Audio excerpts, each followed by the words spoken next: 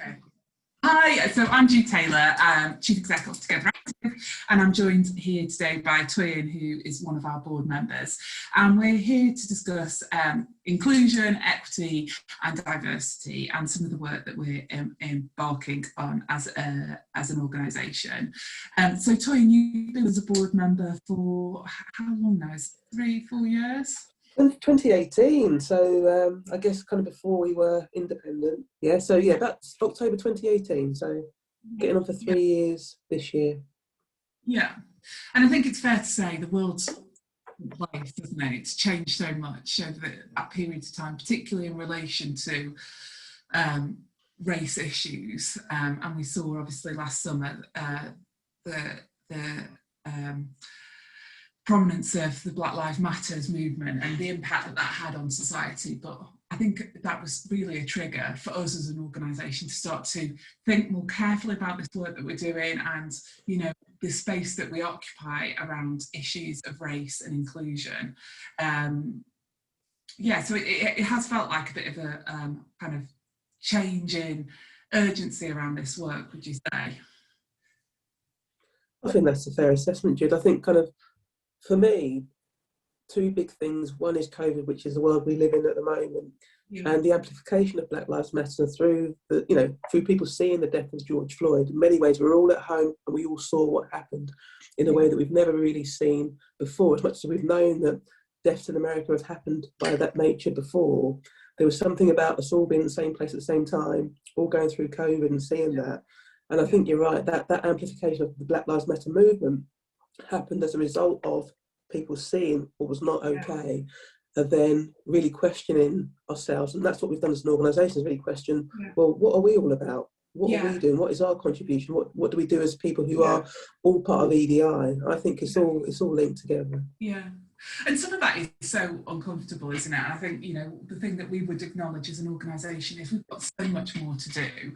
And actually, you know, this last certainly 6 months for me as a leader of this organisation, I've had to ask myself some really difficult questions and have difficult conversations. And I think, you know, I would be the first to acknowledge we've got so much work to do in this area as an organisation.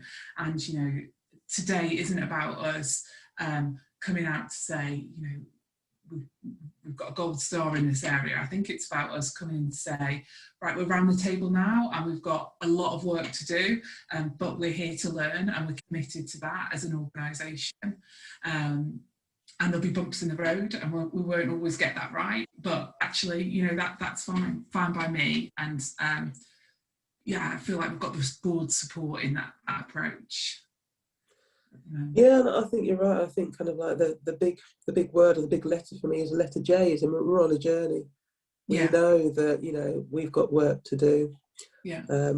What I'd like to think is that every organisation like ourselves, every board which has an interest in sport and physical activity, is looking at itself, has taken the opportunity to look at itself, to see actually where are we now, what do we want to achieve, and where do we want to do better. And I think for me, EDI is part of, I guess, my daily life in terms of I have work involvement in my day job as well as involvement with yourselves and other organisations. Yeah. But it's about kind of that being meaningful and how we can kick on and see tangible, real outcomes at an endpoint that we set for ourselves, as well as what's going on in society as well. So. Yeah, that's so true.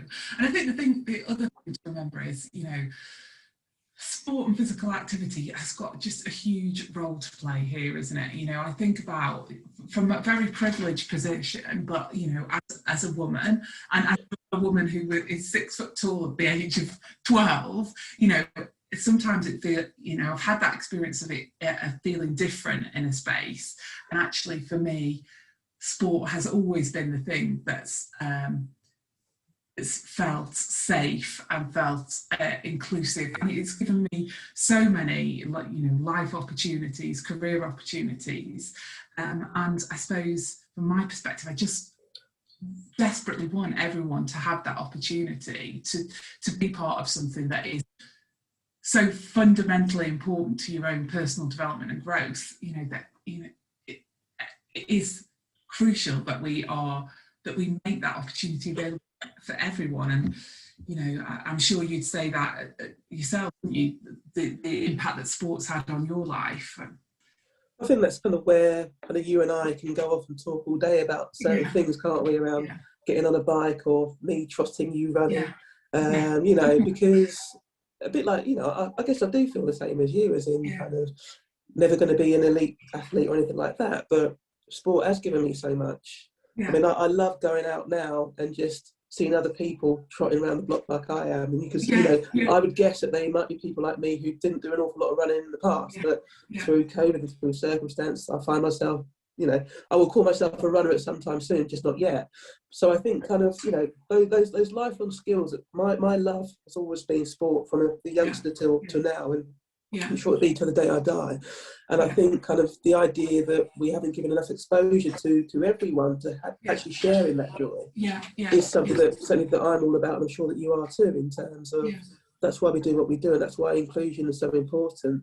That, and for me, my vision is that, there's a girl from Stoke, and I used to do a little bit of work at school in Stoke, and she was a leg spin bowler, and that was her natural action.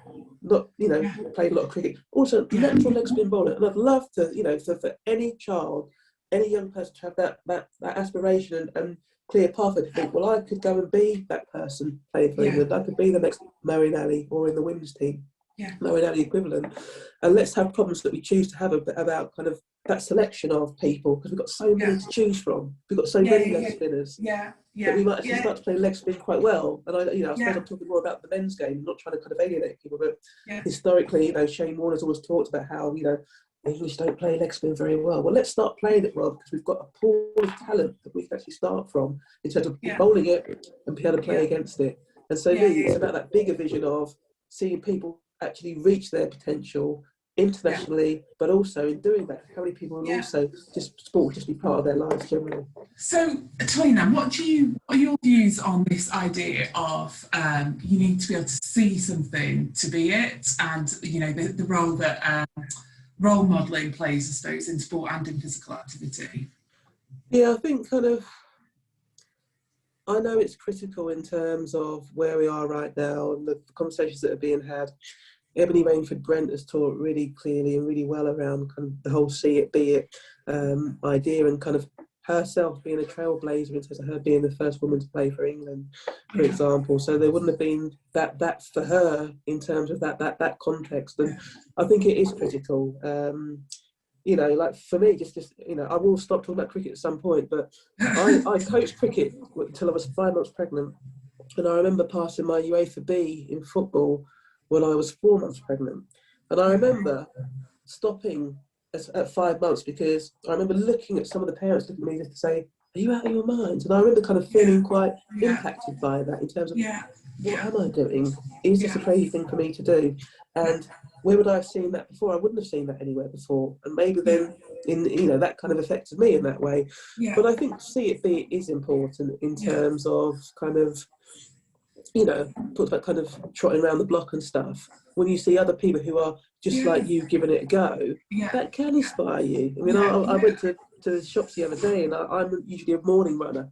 And went in the evening, and on my way back I was just amazed by how many more people are out running in the evening. And again, it just normalises things for people, just to see someone who's a bit like yourself, who you can relate to in some way. It is really important at that elite level, but also at the level of just going out the door.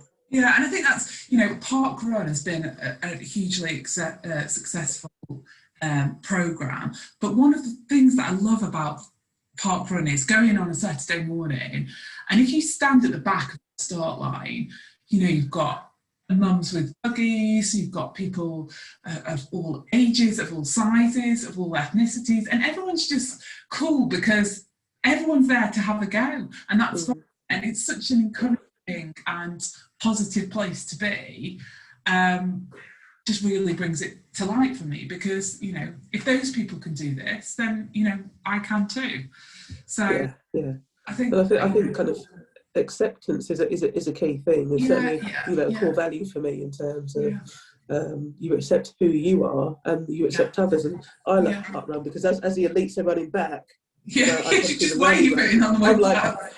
you know, See you in half an hour. Yeah, with the buggies and everybody else, and you know, and that's fine, and that's nice. As in, you know, those people just give you a bit of a nod or give you a bit of a smile, or just say something nice to you as you go. Yeah, we're all here doing it together, and everyone will have a different experience of this this 5K. But at the end of the day, we've done it together, and it feels good to be part of that gang, doesn't it?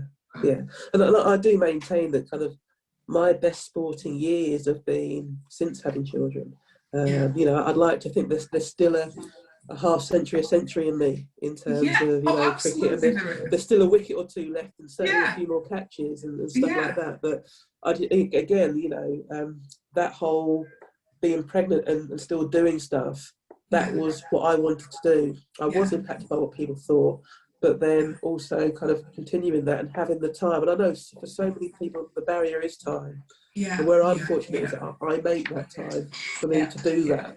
And I think kind of, you know, that's where we as an organisation can really help push things along and support people around inclusion, where, you know, those barriers exist that are very real, that need to be overcome. But if we find a way, it's better for all of us. Could not agree more on that. Interesting. So, as an organisation, we've recently started on what's called the Race Code, and this is kind of a governance audit, I suppose, is one way that you describe it, to look at all aspects of our leadership and governance to ensure that we are as diverse and inclusive as we can be as an organisation. And just before we started recording, we had this chat about we'd had our first assessment last night, and it feels like we've got a lot of work to do here, isn't? And what I suppose I was reflecting on is the fact that that this work is hard, and it's going to take us a long time. And actually, we just need to kind of be in this for the long haul, don't we? And you know, it starts with leadership and governance, definitely, but we've got work to do across all areas of our operations. But it's good to be an early adopter of that scheme, isn't it? And I think, you know, hopefully we'll be leading active partnerships from the front by our inclusion in that programme.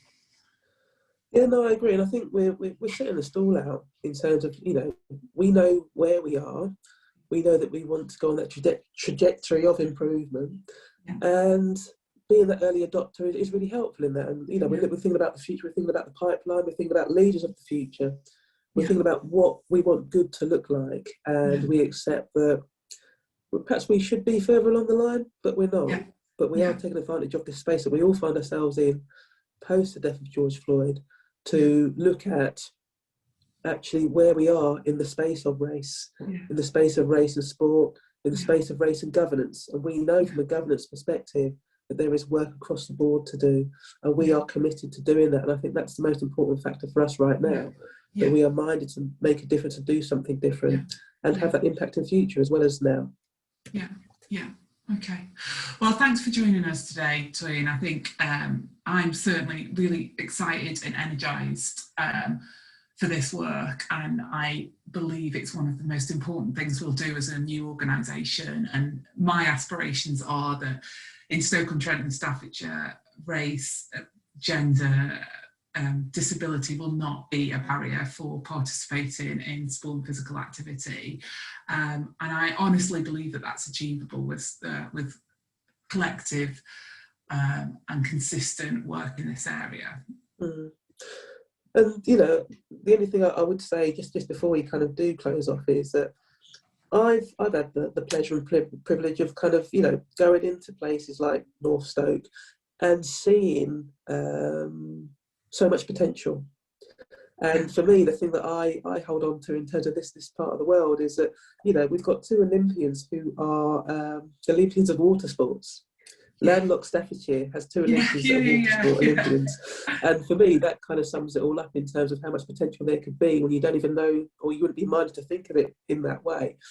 And to be able to kind of, you know, give, you know, the exposure that sport and physical activity can have for everyone, has massive potential for us all, whether it's kind of someone like myself to try to improve on kind of getting around the block, or people who could realistically start to aspire to a range of careers in sport, not just the kind of elite part of participation, but the world of sport itself.